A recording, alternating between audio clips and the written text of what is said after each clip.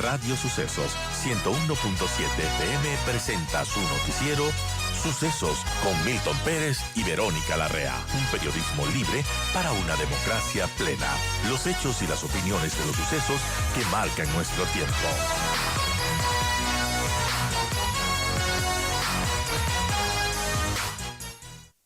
Ivonne Núñez, señora ministra, gracias por acompañarnos. Estamos a poco más de una semana de la consulta popular. Tema importante el que se plantea en la consulta popular, el que tiene que ver con la contratación por horas, que es quizá uno de los temas más polémicos y que ha merecido una oposición de ciertos sectores políticos. ¿Cómo están de cara a esto? Buen día. Muy buenos días. Muchas gracias por esta cordial y oportuna invitación. Bueno, la consulta plantea varios temas y en materia laboral plantea una enmienda a la Constitución de la República a fin de que el contrato por horas sea una realidad, considerando que en el Ecuador existe contrato por hora permanente. Esta es una contratación que se está planteando en razón de que del análisis que se hizo existe 1.700.000 ecuatorianos que están en el subempleo. Más del 70% de la población económicamente activa no tiene un empleo justo ni tampoco un salario digno. Consecuentemente, la enmienda va identificada a ellos, a entregarles la oportunidad de una formalización del sector informal de quienes no tienen en este momento este tipo de relación laboral que cuente con seguridad social y con todos los beneficios que la ley establece.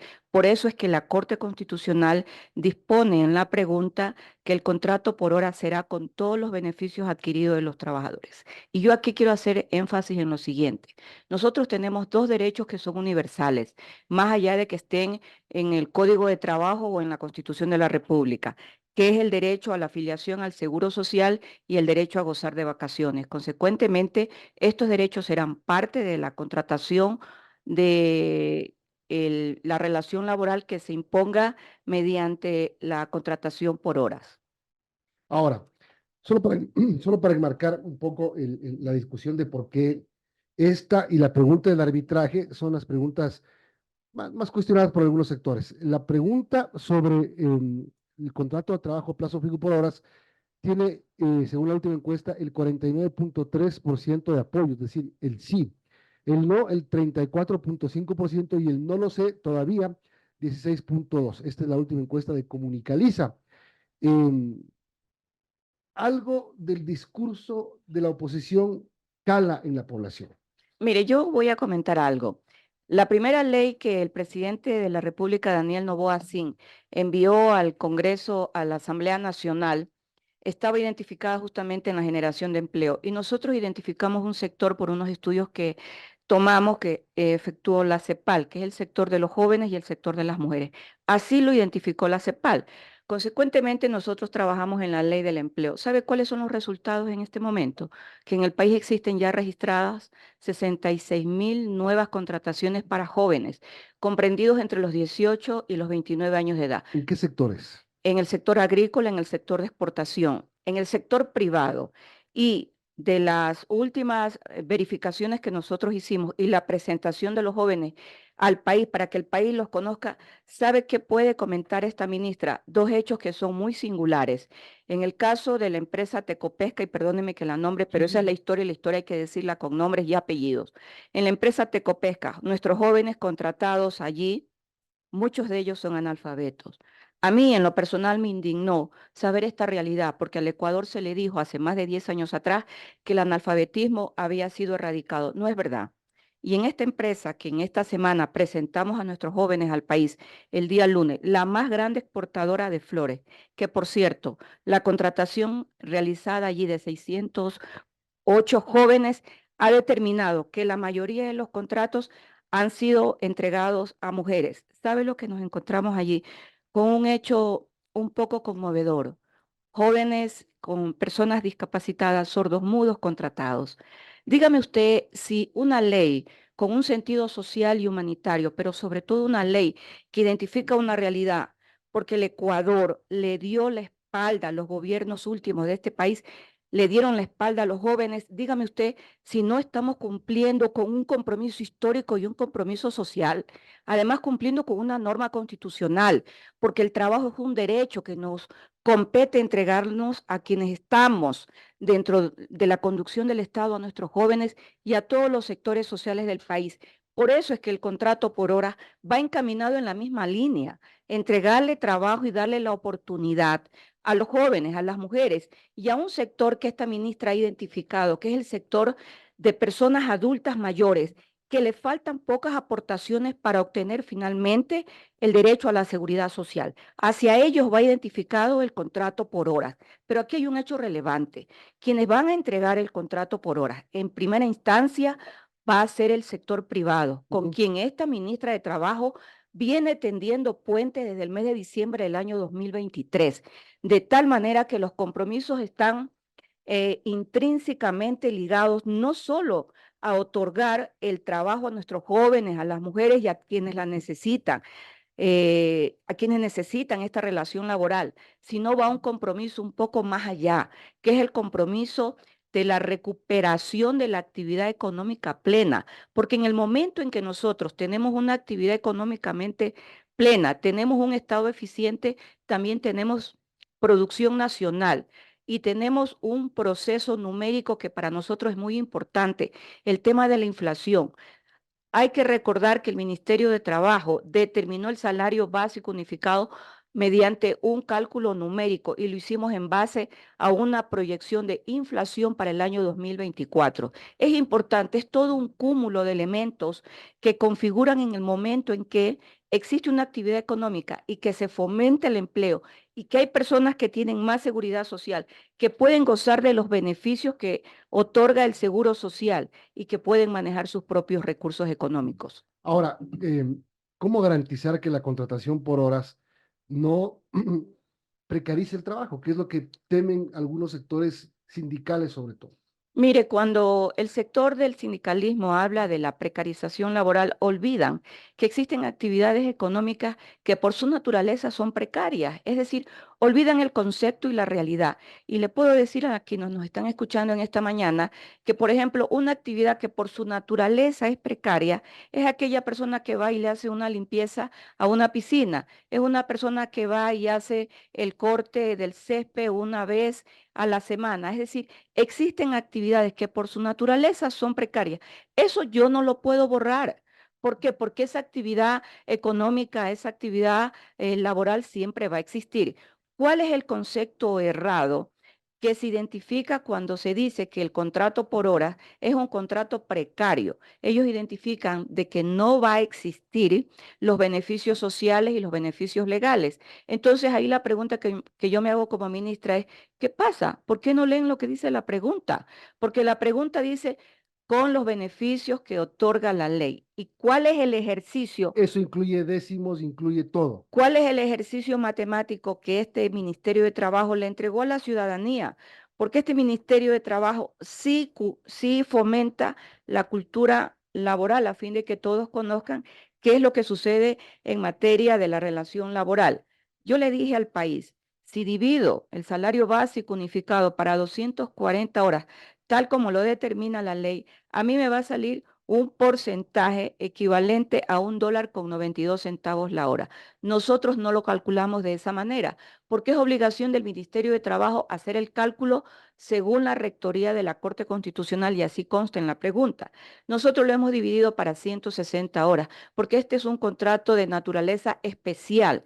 Por tanto, nos salió el cálculo a $2.88. 160 horas quiere decir las 40 horas laborales Semanales, porque no es un semanales. régimen que va a contar sábado y domingo, Exacto. porque una persona puede también ser contratada un fin de semana, sábado y domingo. Por eso es Que que tiene que tener un cálculo mayor de horas extras, por ejemplo. claro, en materia constitucional esto se llama ponderación, pero nosotros lo que hablamos es buscar el punto que más beneficie al trabajador. Yo hago una interpretación normativa.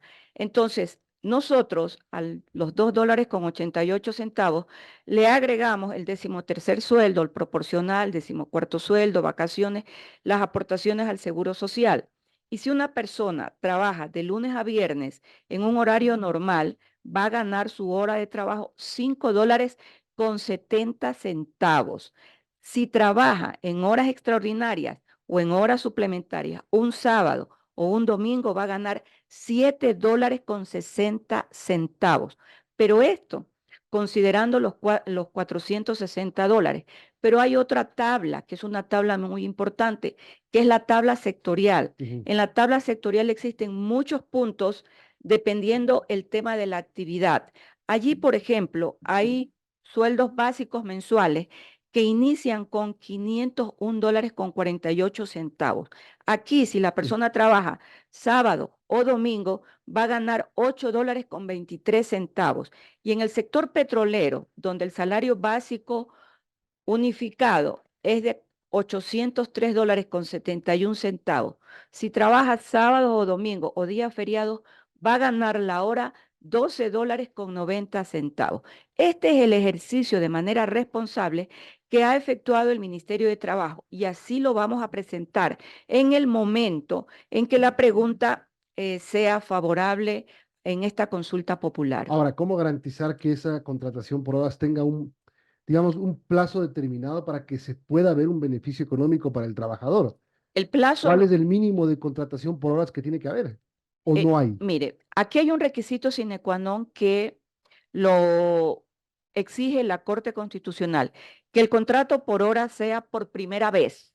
Por tanto, ese argumento que utilizan quienes ni siquiera han tomado el tiempo necesario para leer la pregunta de que hay personas que teniendo ya un trabajo van a hacer rotas sus relaciones laborales para darles contrato por hora es una falacia. No se puede utilizar la mentira y el engaño en una actividad tan seria como es entregar el derecho más importante que tiene el ser humano para su desarrollo personal e individual e incluso profesional, que es el derecho al trabajo. De tal manera que nosotros tenemos varios caminos, porque la ley lo exige, de la formalización del trabajo por hora. Y uno de esos caminos es que tiene que estar inscrito el contrato de trabajo por hora ante el Ministerio de Trabajo para nosotros tener identificación de la empresa, identificación de la actividad, identificación del beneficiario, es decir, de la nueva persona que tiene su contrato de trabajo por horas. ¿No hay riesgo, ministra, de que yo, por ejemplo, empiece a dejar el trabajo a plazo fijo por tener contrato por horas? Por ejemplo, tengo un empleado, cualquiera que sea, que no lo necesito todo el mes, pero actualmente lo tengo que pagar todo el mes, tengo que contratarlo todo el mes. Necesito 2 semanas al mes.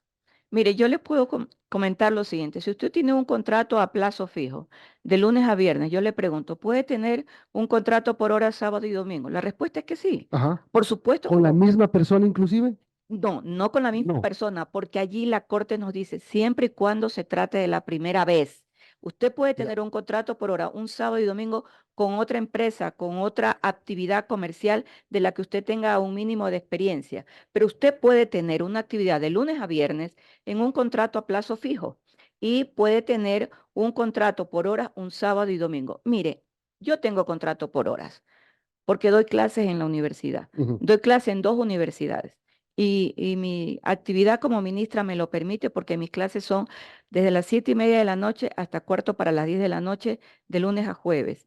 Y un día sábado, desde las 8 de la mañana hasta la 1 de la tarde, estoy cómodamente de pie entregando enseñanza a mis Eso lo puedo estudiantes. hacer ahora. Lo puedo hacer ahora Y luego de que pase la consulta, ¿qué va a pasar? también lo puedo seguir haciendo ¿Cuál es el cambio? porque la ley lo permite. La ley permite las actividades de trabajo. ¿Cuál es el cambio El entonces? trabajo por hora. El cambio es para las personas a quienes se les dio la espalda, que son los informales. Ujú. Este ministerio en pocos días va a presentar el proyecto de la formalización de los informales a través del contrato por hora. Insisto en la pregunta que le hice, que viene desde un criterio de alguien que no sabe mucho el tema legal.